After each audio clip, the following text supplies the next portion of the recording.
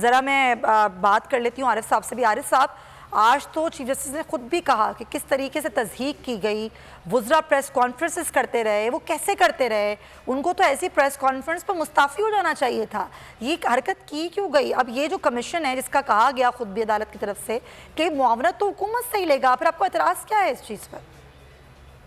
بہت شکریہ آپ کا. اصل بات یہ ہے کہ صرف الیکشن سے بچنے کے لیے اتنا کچھ کیا جا رہا ہے کہ سارے ادارے، خاص طور پر سپریم کورٹ جو ہے اس کی اتنی زیادہ تذلیل ہو رہی ہے. لیکن دلچسپ اور تکلیف دہ بات یہ ہے کہ ایسا تو کبھی نہیں ہوتا تھا کہ اس طرح کوئی توہین کرے، تذلیل کرے عدالت کی اور پھر بالکل he should go Scott free, کسی کو پوچھا ہی نہ جائے.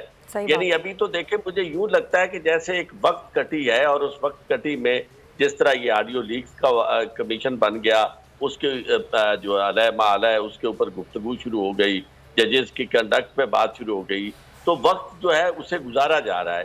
ابھی تک جن لوگوں نے توہین کی تھی، سب سے پہلے جنہوں نے آئین کی وائلیشن کی ہے اور جنہوں نے سپریم کورٹ کا ورڈکٹ جو ہے اس کو نہیں مانا، اس کو بالکل یعنی پریکا کے برابر نہیں سمجھا، ان کو تو کسی طرح کا کوئی نوٹس تک نہیں. اگر نوٹس ہوا بھی ہے تو میرے علم میں تو نہیں ہے، اور کوئی ایسی کاروائی ان کے خلاف نہیں ہو رہی جس کاروائی سے یہ پتہ چلتا کہ بھئی اگر کوئی شخص اس ملک میں اتنی بڑی آئین شکنی کرتا ہے اور اس طرح تذلیل کرتا ہے کورٹ کی اور کورٹ کے حکم کو نہیں مانتا تو اس کو پھر چھوڑا نہیں جا سکتا.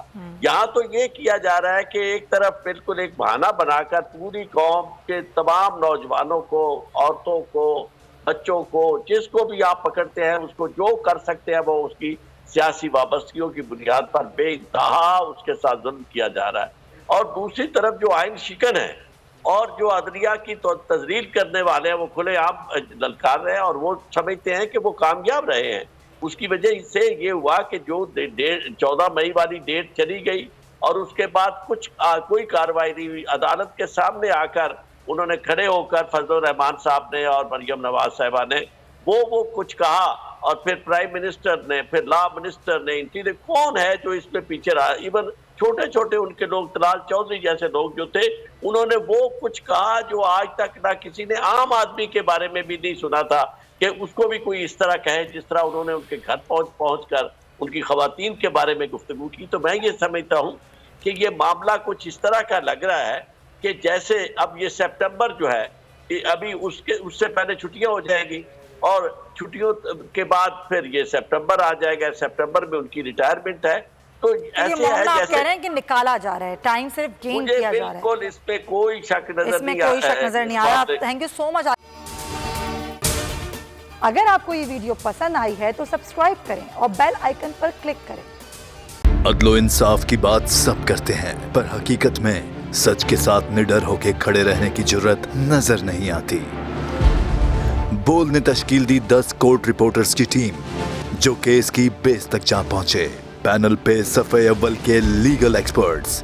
Court round up Neelam Arshad کے ساتھ صرف بول پہ. سبسکرائب کریں اور بیل دبائیں تاکہ کوئی خبر رہ نہ جائے.